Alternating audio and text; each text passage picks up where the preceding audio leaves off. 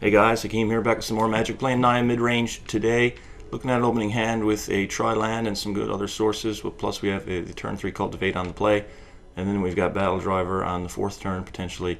And we've got a Plockerworm at the top. So this is definitely keepable. I'm going to start with the tri-land here and pass it over to Gero Warrior. He's playing 60 cards in his deck. Always good to see. You know, we're not playing against the big fat stacks today. He starts with an Arcane Sanctum, so man, oh man, is this going to be another artifact deck? That pack must have really invigorated people's desire to just play some Esper. I mean, maybe that's not what he's playing, I don't know, but I've seen quite a lot of artifact decks in the past few days, especially whenever I hit record. They always seem to pop out, so let's see if that's what he's doing. Anyway, the reason I'm playing Naya today, we got in that Miracle top deck, Crater Hoof, yesterday. I mean, we didn't need it to win, but it was still sweet to peel it off the top on the final turn. But, you know, Crater Hoof is also in this deck, so maybe we'll get a chance to see another one. So he's played a Brain Maggot, actually, so he's going to get to look at my hand and take a card for me.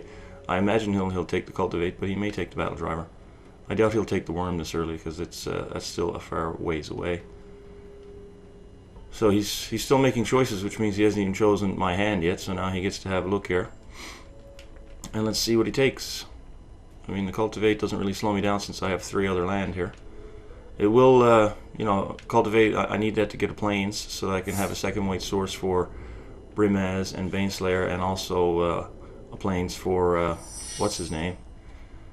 So we'll just put the gate into play that we drew then, and pass it on back and start watching the Brain Maggot beats. But yeah, he did take the Cultivate after all. I think, I don't know if Battle Driver is the take there, but maybe he's got an answer for that in his hand. So, I mean, without knowing what else he's got in his hand, maybe he's got another Maggot. And he just wanted to take my 3-drop on curve. But he's playing out a Darksteel Axe, so he's gonna really be pressuring me with that Maggot. And a Traveler's Amulet, so I think this, yeah, this is definitely an artifact deck, even though we haven't seen any artifact creatures yet. So he's just gonna swing in for 1 with the Brain Maggot. He's down to 4 cards in his hand. And I'm just gonna get the Battle Driver into play unless I, you know, pick up something different, but I doubt that I will. Nope, just a Mountain. So, Gonna get the Force into play here and play the Battle Driver, and hopefully we can pick up a nice creature 5-drop that we can play next turn with haste. Hell, I'd even take a Wild Neckoddle. It would be a 4/2 haste at this point since I don't have a Plains yet. So put that into play. Let's find out if the reason he didn't take it is because he's got an answer for it. Plays an island. I imagine he's going to want to equip that Darksteel Axe. He's got a Glaze Fiend. I think could get out of control here because I don't have very much flying defense and not a whole lot of removal. I've only got 3 ground assaults and 1 Banefire in here as removal, and I've only got 3 creatures with reach. But we picked up a Visionary, so I'll play this. I'll play this right now and draw the card. See what we pick up before deciding to play a land or not. So that'll be a 3/1 haste, and then we get to draw a card, which is a Banefire. So I'm honestly thinking I should probably point that at the Glaze Fiend right now before he starts beating me up in the air. You know, but he could have Cloud Shift or Undying Evil, or God's Willing. I mean, there's a multitude of different ways he could stop this, but I think I have to go for it. So let's see if it manages to kill it. Okay, so we got a little bit lucky there. He could have a Raise the Alarm as well. So I think, I doubt he's playing Raise the Alarm in an artifact deck. I mean, he could have Righteous Blow. I'm not playing around those cards. But I could lose the Battle Driver if those cards are in there. No, he's just going to crack his Traveler's Amulet. Okay. Okay, so I was kind of worried there, but I think I need to put the pressure on. So he goes in for an island. He's down to 14, but he's probably going to slap an axe on his Brain Maggot. Although that costs, I think it's 2 mana to equip that. He's on 5. He probably got a spell that he wants to cast. Yeah, it's 2 mana equip cost. No, he's putting it on there, which is fine. I'm okay with that. But he may, I don't know if he'll hold it up in defense or, you know. I mean, at this point in the game now, me getting a Cultivate back is not exactly the most exciting thing in the world. But no, he's just coming on in.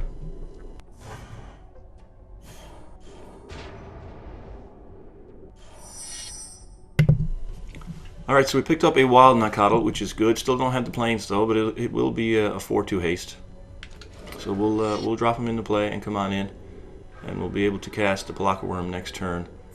You know, barring some kind of you know, another Brain Maggot to strip it out of my hand or something. But I'm just going to come on in here. He didn't have any trickery last turn, but yeah, okay, he did have an instant, but it's just think twice. He's going to draw a card, and we're going to get in for 8, bringing him down to 6.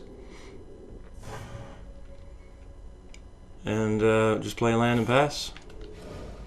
And yeah, see what he does on his turn.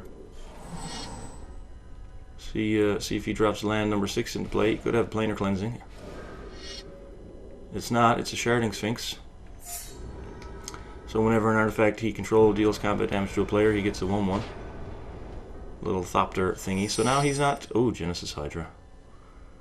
So I think I can just go wide here. So Genesis Hydra will be for X equals 5. It'll get haste. And 5 cards deep to grab a 5-drop or less. Might be the play. I think that's what I'm going to do, honestly, because since the Hydra and what I grab will have haste. So let's just play the Hydra for X equals 5. See what we got in here. It's a pack leader, so we'll drop that into play. He's having a look at what I chose. So pack leader comes into play. It's a 6/4 haste, and then the Hydra comes into play. Battle Driver triggers 7/5 haste, and I get to draw a card off the trigger here. So we pick up another pack leader. But I'm just going to swing for the fences here, because even if he blocks the 2 new guys that came down, he's still taking 6 off the edge. He's tapped out with no lifelink, so it's enough to kill him. And there we go. It's Naya Midrange. Who needs a hoof when you got Genesis Hydra with Battle Driver on the board? To go wide, yeah, it would have been nice though to see a hoof. Maybe we'll see another Miracle top deck in this episode. Who knows just yet? Who really knows? So let's see. Where am I? Custom. Let's see if we can find somebody else playing. Join session. No games fan. Let's go create a match. And just give me 1 second. Hopefully somebody pops in.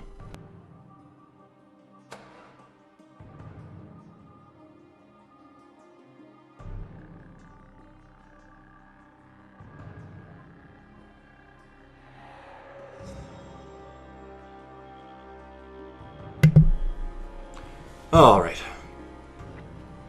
Found somebody pretty quickly. K Phoenix, I think, was the name that I saw come up on screen. Let's see what he's up to.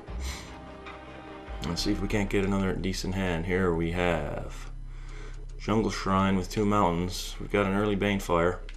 We've got a Nakatl that will be a 2/2. Thoktar that we can't cast. I'm not terribly excited by this hand. I'm going to take a free mulligan on this. Here we've got the Greater Hoof in hand. We've got no white mana and no mountains, but we can cultivate on the 3rd turn and have a pair of 3/3s, presuming he's not playing removal. So I like this hand. I like this hand indeed. Our opponent starts off with Plains into Elixir of Immortality. He's playing 60 cards again. We've got another one. So now I got to think about sequencing these guys. So I want to cultivate on the 3rd turn, and if I play my basic now, I'm not going to be able to do that. So they might come out a little bit slower than I want them to. But I'm just going to have to play a gate for now, because I do, like I said, I do want to cultivate on the 3rd turn. And now I've got a Stormbreath Dragon that I can cast. Hopefully, I'd like to really honestly pick up a basic so that I can play the Forest, play both my Nakatls on this turn. He's played a trained Caracal, so he's obviously on some kind of life gain plan, but it could be if it's mono white enchantments. Did not pick up a basic. So, I mean, I could play both Nakatls on this turn. They'd be 1/1s, but then I wouldn't be able to cultivate next turn. So, you know, I'm just going to play one of them here now and play the gate.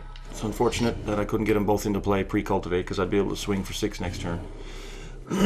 But that's all you can do. So now our opponent untaps. See if he's playing any black in his deck. He's putting an Ordeal of Heliod on his cat. So that's going to put a +1/+1 counter on it when it attacks. And so now he's got a 2/2 lifelink, and also when he pops it, he's going to gain 10 life.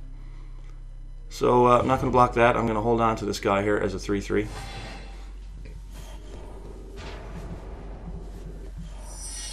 Alright, picked up an Inferno Titan, which is pretty solid.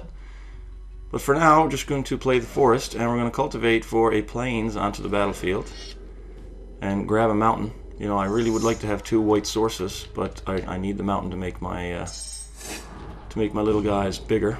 So that's That's this turn. Now he's going to outgrow my ability to block it right now.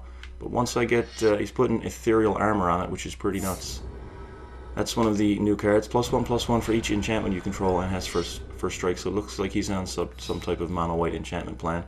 But Stormbreath Dragon has protection from white, so I can just drop that into play.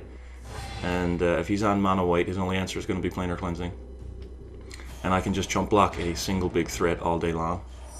And he won't even gain any life because protection means that it won't deal any damage. So I am going to do that. I'm going to put Stormbreath into play. It's pretty huge in this matchup. So yeah, I guess I'll swing for 3 here. He's only got 1 mana open. So, you know, even a Righteous Blow or something like that is not good enough right now. So we'll just get in for 3, bring him down to 24, and perhaps just stall the board until Craterhoof comes online.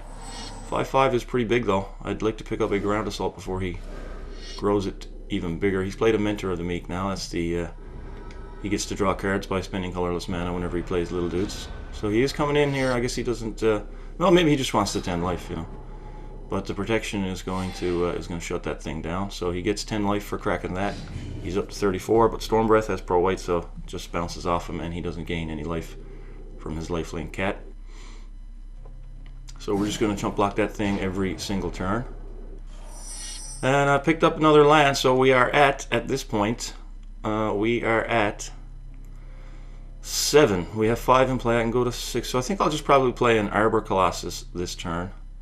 I could play Colossus plus Nakatl. Do I have that many green sources? No, I don't. I've only got 3 green sources, so I can't do that anyway. So I'm just going to get the Colossus into play as another big guy. And then I'm going to swing for 3. So it looks like the old Craterhoof might make an entrance with a nice mid-range board, so we get to smash him for a ton. It's no Spider Army, but it'll win the game even if our opponent's at a very high life total. So anyways, we get in for 3 while he's tapped out, and let's see what he does. Just got to keep Stormbreath Dragon back to block.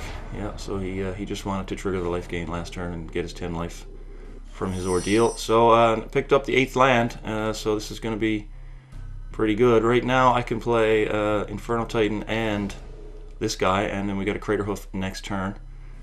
So we will get Wild Nakatl into play. And we will cast Infernal Titan and try to take out that Mentor. And then throw one at his face. See if he's got protection for it, like a Cloud Shifter, God's Willing or something. He doesn't, so it just takes it down. And right now, he's gained 5 life.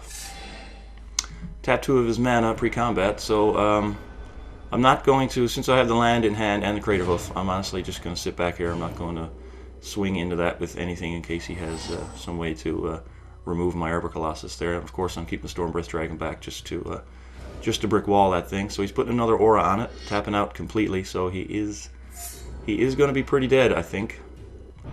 I think he's going to be pretty dead. So he's coming on in here. He's got Vigilance. Maybe he thinks he'll gain the life. I don't know. You know, it seemed like he picked up on it last turn, but he's just attacking again this turn, so it doesn't really make much sense to me. Anyway, so now we've got the Craterhoof. He's going to gain 8 life. Ooh. Well, that's kind of disappointing. Because, you know, I've got 8 mana. I can just kill it. I can just kill it while he's tapped out. But anyways, Craterhoof would give +6/+6 to all my guys. Base power that I would have on the board would be Craterhoof's 5, and then 11, 14, 27. And then we've got 6 6s on top of that, which is 36 and 27. So we're in a my math is escaping me. 36 and 30 is 66 minus 3. We got 63 damage. So yeah, let's do it. He's going to gain 8 life, but 35 and 8 is not enough to overcome the 63. Let's drop a hoof into play, and let's just swing with the team. Everybody is bigger than an 8/8, so his first strike won't... Oh, and we get some bonus damage off the Inferno Titan. So there we go, 2 days in a row, hoofings. Wow. This is pretty intense. Pretty intense. He's just going to get rolled over here. And he doesn't want to watch. So he just bows out gloriously. And there we go. Another hoofing. Naya Midrange, just stack the mid-range board and swing on in with the hoof. Man, that's Stormbreath Dragon. If I did not draw that Stormbreath Dragon, I would have been fucking massacred that game very, very quickly. but I was able to just stop the mono white deck in his tracks. So that will call it for today's episode. Thanks for watching, and we'll see you for some more gameplay tomorrow.